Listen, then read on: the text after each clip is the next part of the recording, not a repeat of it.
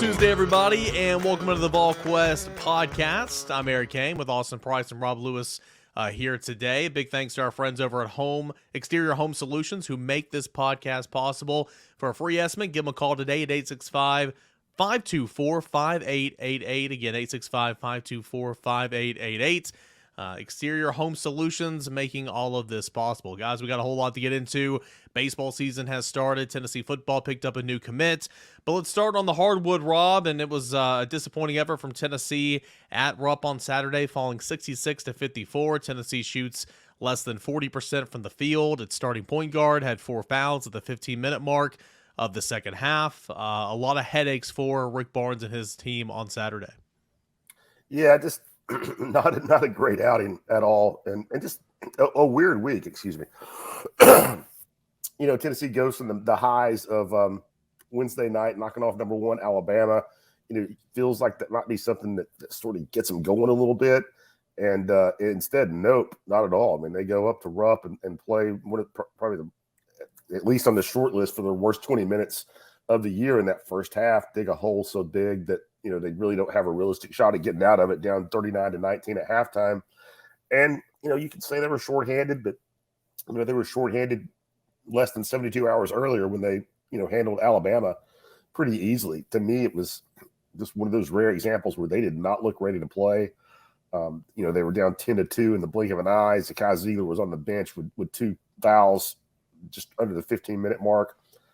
And, second half play made it look a little respectable, but to me that was a bad outing for Tennessee against a Kentucky team that is not very good, in my opinion. Yeah, I think especially starting this coming up this week against Texas A&M at Texas A&M.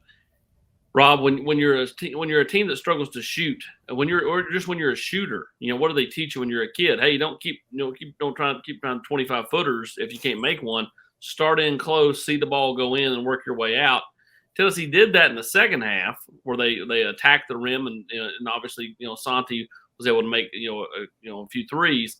But in the first half, it was just three, and it was clang. And even though Kentucky wasn't playing great, they were doing enough to extend. And all of a sudden, as you said, 10-2 right out of the gate and 39-19 at the half. And Tennessee made a run there in the second half, had it to 10 with about 12 minutes to go, and then as close as they got was 8. Like they could not ever make that second push, that second wave of the second half. And if you're not going to have Julian Phillips, if you're not going to have Josiah Jordan-James, and you're going to rely on Jemai Mashack, you've got to do stuff by doing what he does best, which is what he did Saturday, which is attack the rim. But too many early threes, and when you're not making them, you can't just continue to jack them up. To me, that's a recipe for disaster for this team.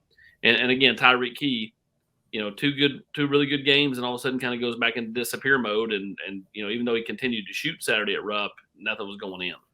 Yeah, tough. I mean, I think it's tough for Coach Barnes just to figure out what he's going to get from his team every night. I mean, really, he legit just has no idea, and I think that's I mean offensively, and that's a bad place to be in as a coach. I mean, when you can't, you put together a game plan and you get out there and try to execute it, and you got some guy that has just doesn't have it that night, and I think there's too much going on, or too much of that going on with Tennessee to feel really comfortable about this squad putting together 3, 4, 5 really good games in March back to back consecutively, where offense is not an issue. I mean, they can beat somebody up on defense, on any given night, and just make life miserable for them. And if that night coincides with one where they can score 70 points, then they're going to be really, really tough to beat. But then, there's going to be days like Saturday. Don't you feel like that, while everybody said, well, the defense travels, but like it feels like the defense hasn't traveled as well, the last couple of weeks. Like they've had a couple of moments. Alabama, obviously, they played really well defensively, but Missouri scores in the mid-80s. I thought Kentucky got, too many easy shots and easy looks for a team that I just don't think is very good offensively. To me, that's just an average Kentucky team at best. And Tennessee's defense is not as good as their season-long numbers make it look. It's not as good as right now. The numbers have really gone down in SEC play. Alabama's been better than them in terms of field goal percentage defense and in terms of opponent three-point shooting. They're still really good, but they're not playing at this juggernaut like level that they were earlier this season. And part of that, frankly, maybe the schedule's toughening up. I mean, we talked all year about how the schedule is backloaded. That might be some of it, but still, they just held Alabama to their lowest point total the entire season. The only time they've been under 60. But it's almost like you have to have a defensive game like that to beat a good team with the way they play offense. Rob, so kind of how do you trade this off here? Again, it was a really good win against Alabama at home, knocking off the number one team in the country. That's gonna help Tennessee's resume and net and RPI and all that type of stuff. But then you fall to Kentucky, and I'm not sure where they are in the net right now, but I know it's down there. I mean that's not a good loss for Tennessee, losing to a Kentucky team that is so far down. So kind of, is it a simple trade-off? I mean, what's this week for Tennessee with the high and the low? I don't think it's a trade-off because I go back and I count the week before. So to me, they didn't beat Alabama and fall to Kentucky. They've lost 3 or 4, and the one that they've won just happens to be over the number one team in the country. So to me, they're on a skid now. It's coinciding with having 2 starters out. I mean, you can't say that's not a big deal. I mean, just because they beat Alabama, because I think it is, and it's a big deal not just on a lot of reasons. First off, those 2 guys, when you have them on defense and you play Olivier, you can switch 1 through 5. You can switch everything, which is significant. And, they're 2 guys that they could lead you in scoring or rebounds on any given night. There's not many other guys on this team that have that skill set.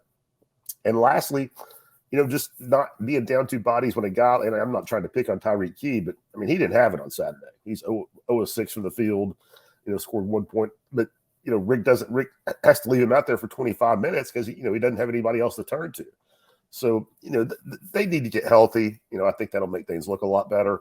But, clearly, I'm not saying the season's over. I mean, just because they've lost 3 or 4, but it's, they're in a different spot than they were a month ago, obviously.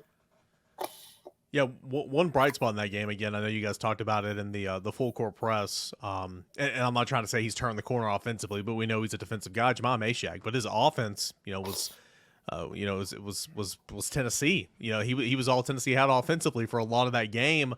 I know Santiago Vespi had 17 points, but it was Uros in game 1 against Kentucky. It was Jahmai Mashack offensively in game 2. He was 7-12 from the field, scored 16 points. I mean, has that potential offensively, Rob, always been there for Jahmai, or was Kentucky just not paying attention to him? What made him go off offensively, whereas he plays for his defense?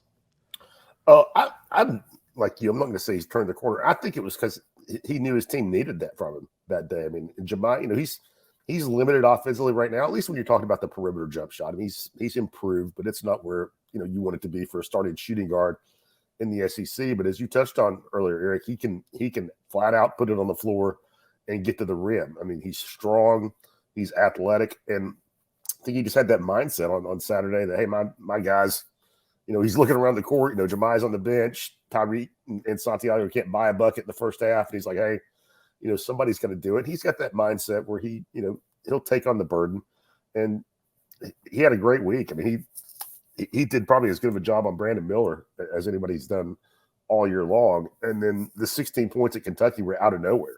And the shame of it is, you felt like you were going to have a performance like that from somebody, whether him or Tyreek or, to win on the road with Julian and Josiah out. And then, you get that from Jahmai, and the guys that you normally count on don't have it.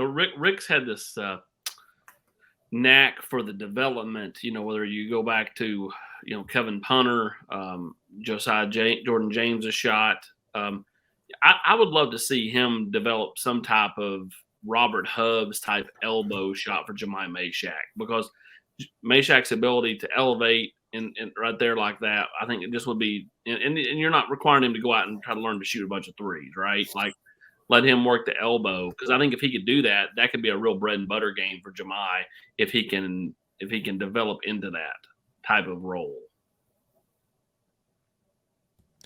Rob, you look ahead of this week. Obviously, it's a big week. You're on the road at College Station, Texas A&M, and then you have South Carolina. You're going to have a preview coming out today getting ready for the game. But what can you tell us about the Aggies? What does Tennessee need to do in terms of attacking the Aggies to try to pick up a win on the road? Man, I like this Texas A&M team. I mean, they are not the prettiest team to watch. Man, they play hard.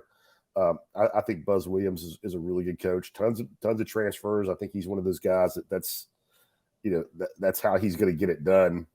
A lot of years, well, obviously blended in some of his own guys, but they play hard, and just got to be probably the biggest surprise in the league when you talk about what they got done in the non-conference. I mean, they had some horrible losses. They lost to Wofford, Central Florida, I want to say, and in league play, they're sitting here with only 2 losses as we go into the final 2 weeks of the season. They're in solo second place, and despite the non-conference, I mean, it feels like they probably played their way into the tournament.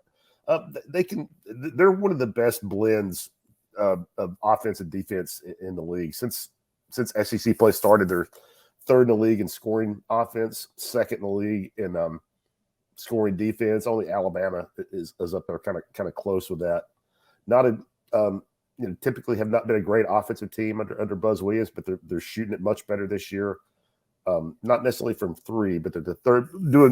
Looking up some stuff for the preview, the 3rd in the league in field goal percentage, which has not typically been the case for Buzz's teams. But overall, I mean, I'll be surprised if it's not a really good game. I mean, 2 teams that, from a mental makeup standpoint, I think are pretty similar. That they're very tough-minded. They probably pride themselves on defense.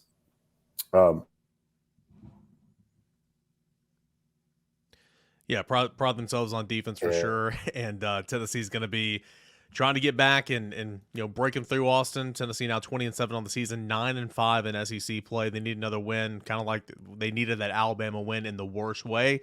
I think they need this win on the road today and in the worst way. But again, it's going to be challenging.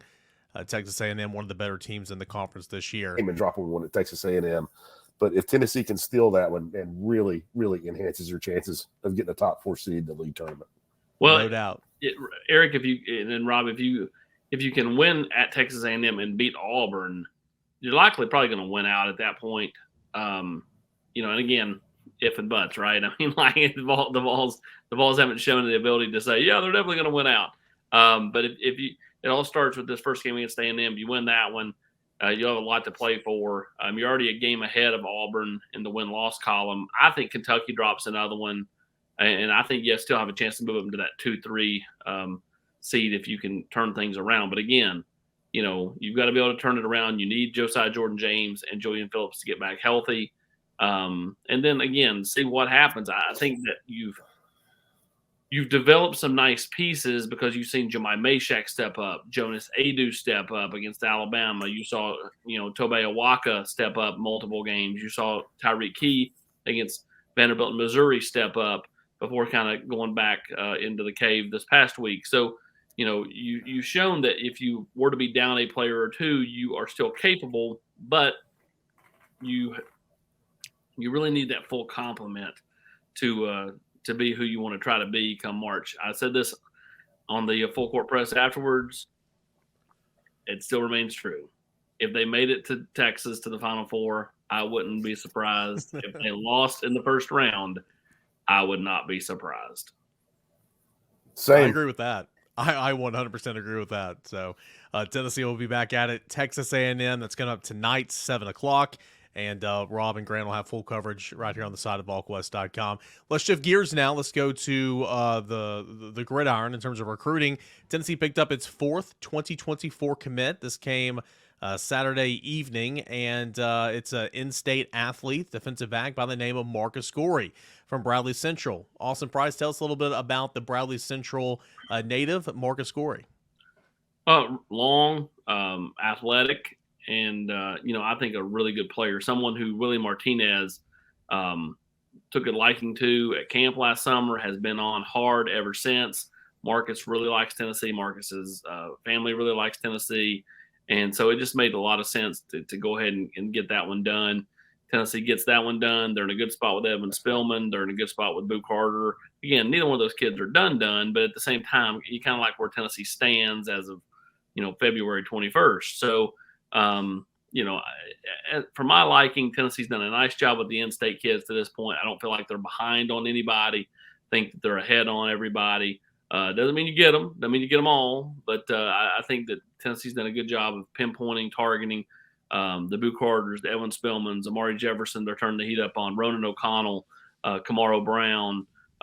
You keep going right down the list of some of these in-state kids that Tennessee really likes, and you feel like, okay, Tennessee's going to probably land their fair share in state. Again, as I said on the board the other day when we talked about when somebody brought up, there's 42 kids that sign with Power 5 schools. Yeah, okay.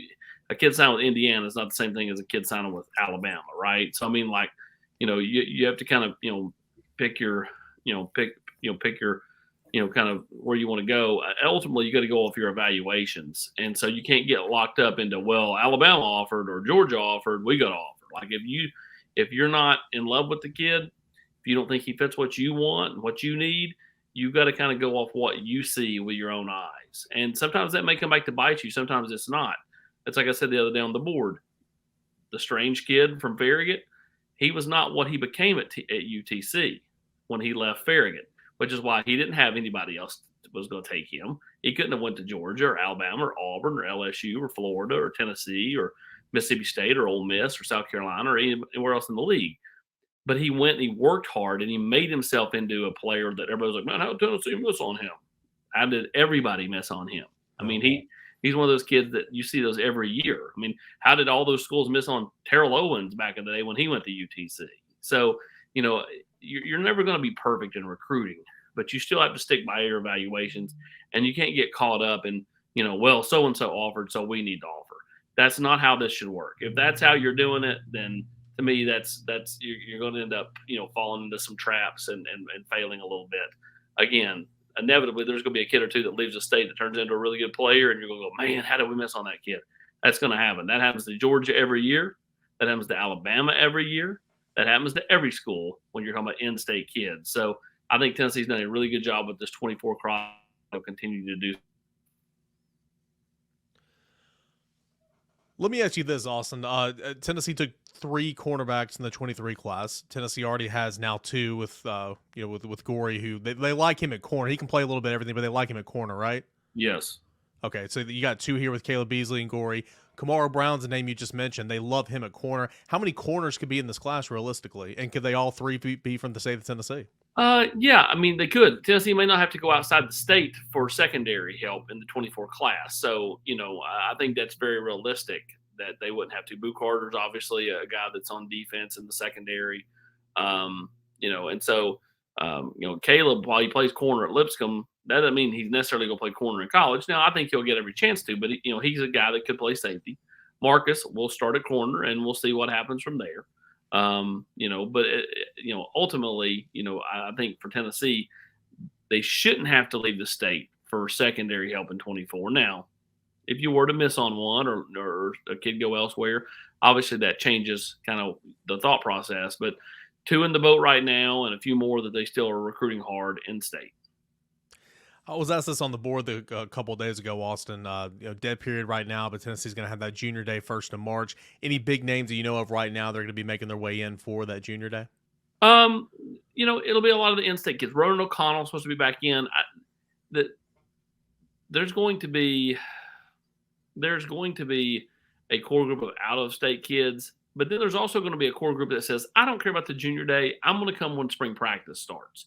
And so you might see that as well. The 4th may be a lighter day because kids, some kids want to come and they want to see a practice. They want to see how the coaches coach. They want to be able to, kind of be involved in that way versus coming, for the car wash, which is a junior day. Like you're just kind of run through, you're doing this, you're doing that, you do all these cool things. And it's fun and it's informative, but to kind of get a real grasp of, what it's like to play for said coach, you really need to come for a practice, which is something that Tennessee will push because they'd love to get the kids here, both the 4th and for spring practice. But more than anything, they'd love to get them here for a practice and let them be around the team, let them be around the players, and let them be, around the facility when practice is going on. And then the famous question, who, well, not necessarily who, but when could we see another one? Would it be in that month of March whenever you're getting kids back on campus? Probably quiet here for the rest of February and looking ahead to spring. Yeah, I think that March is going to be the month. I think they'll probably go get 1 to 2 in March, and then I think April will probably be a few more after that. It's kind of just how things have lined up, in my opinion. But I think you're going to see at least one, if not two, in the month of March, and then I think you'll start to see Tennessee continue to amp up the momentum. Well, Tennessee's got 4 commits now for the class of 2024, and Jonathan Eccles still holding on to that tight end for right now, and Caleb Beasley, Marcus Gorey, and Carson Gentle. Tennessee, according to the On3 rankings, the national rank is 16th, SEC rank is 8th, but of course it's very, very early here in this 24 cycle. All right, so we got hoops going on right now. Big week coming up. Of course, tonight, Texas A&M. We've got football recruiting that continues to swirl. Tennessee baseball started this past weekend, guys, and started out in Arizona. And I know there's going to be a lot of non-conference games, from now until midway through March when they crank up SEC play. So it's going to be a lot of wins and a lot of blowout wins and all that type of stuff here at Lindsey Nelson Stadium. But you did go out there, Austin, and you played against Arizona. That's a really good team. Played against Grand Canyon in an environment that is second to none, in my opinion. And then you played UC San Diego. Went 1-2. Wasn't the best weekend. Wasn't perfect, but it was a good weekend to get out there and get started, because something I wrote about this weekend, you're not going to face that competition like that for another month on a routine basis. Overall thoughts kind of from watching it from afar this weekend with Tennessee baseball? Well, it wasn't ideal. I'm not saying you had to go 3-0, because I think it's baseball. You don't live and die on a win or a loss unless it's postseason play. And I do think that the one thing you figured out is, like, Tennessee's going to have to win. They're going to have to win with pitching, defense. They can't make mental errors. You go back to the mental errors, the base running blunders that Tennessee had in game 2, that hurt their ability to go 2-1. Arizona, a team that played in Omaha just 2 years ago, really talented team, likely will be a good loss for Tennessee over the course of the season. But, going 1-2 is just not, it's not a win weekend, right? I mean, that's not what you went out there to do. I'm not saying you had to go 3-0, but you sure didn't go out there to be under 500 coming home for this long homestand. And, they got to figure out their lineup. And that's the thing right now. You want to kind of start working through things, figure out where, you feel like you can be. You were so used to just such a loaded lineup a year ago. I mean, you go back and Evan Russell's playing catcher. And when you think about catcher, you don't normally think about a guy that hits a ton of home runs, but he gets to double-digit home runs. Obviously, I forget, was he and Lipsius that I guess Russell got past Lipsius there at the end of the year for career home runs or whatever. They were kind of going back and forth, yeah. Yeah, but like that lineup from top to bottom, even the guys that came in off the bench, like Christian Moore a year ago, Blake Burke, that were just mashing the ball. Now those are the marquee players that mash the ball, so they're less protected. Now, getting Griffin Merritt back in the lineup for Sunday's game was big, because he provides protection for a Blake Burke. And what did Blake Burke do on Sunday? He ripped a triple and he hit a home run. Before that, he was kind of pedestrian at the plate, for the 2 games before that.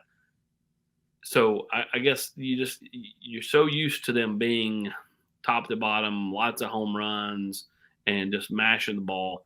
I think it's going to be different this year. They're going to have to win with more small ball, which is not as exciting. You're not seeing the daddy hat and the big fur coat and stuff as much. But, right now Tennessee's kind of feeling it out and going to have to, kind of figure out what works for this particular team. The biggest thing would be getting Maui Ohuna eligible.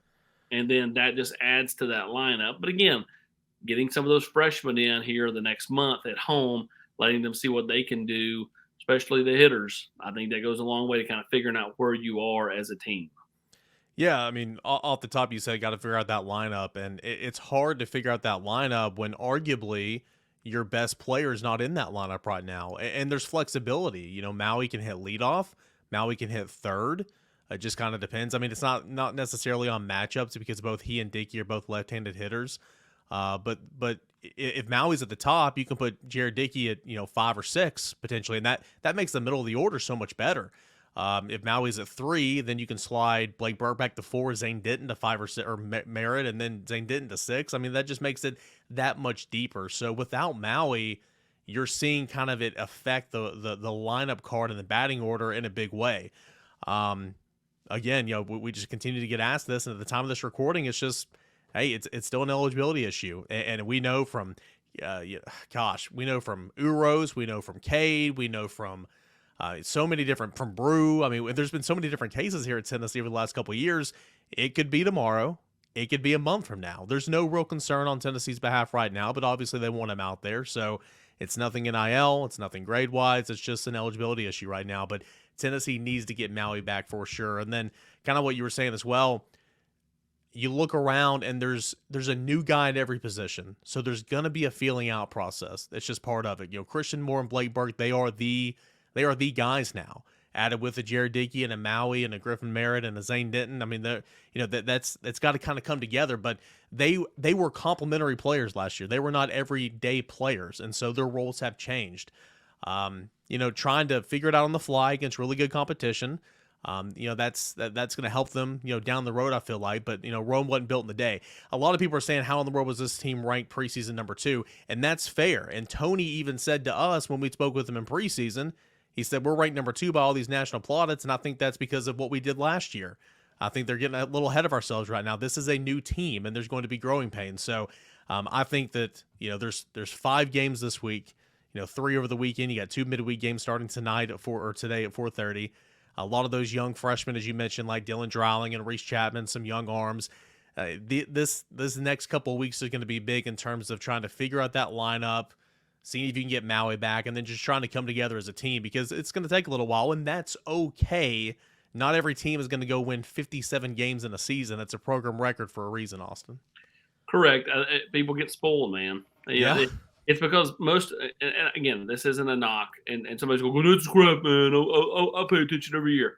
A good portion of the Tennessee baseball fans that started to watch last year hadn't paid a whole lot of attention for the last several years, right? Yeah. So, I'm not saying that's everybody, because it's not. But there's a portion of the fans that got swept up in the momentum and the movement and all that from the Omaha trip 2 years ago to last year's unbelievable run that had an early exit to Notre Dame.